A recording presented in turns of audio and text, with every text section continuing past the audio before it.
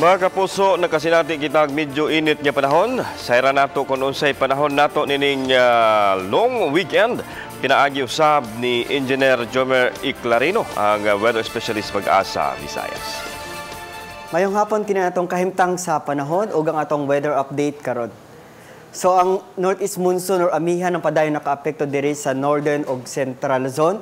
Ug sulod sa atong Philippine Area of Responsibility, wala tayo nasigpatan ng mga cloud clusters or posible na mahimo na low pressure area within sa atong 5-day weather forecast.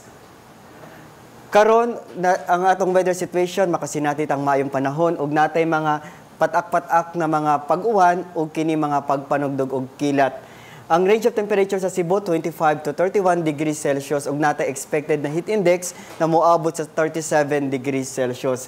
Samtang diri sa Bohol 25 to 32 degrees Celsius, sa Tacloban is 23 to 30 degrees Celsius, sa Bacolod is 25 to 31 degrees Celsius ug sa Iloilo is 24 to 31 degrees Celsius. Ang hangin sa tibuok sa Central Visayas ug sa Western Visayas hinay ngadto na sa kasarangan ug ang kadagatan malinawon ngadto na sa kasarangan ang pagbalod. Samtang diri sa Eastern Visayas makasinati silang kasarangan ngadto na sa kusog na hangin ug ang kadagatan kasarangan ngadto na sa pagkabaloron ug ang gitas-on sa balod moabot sa 1.2 to 2.8 metros.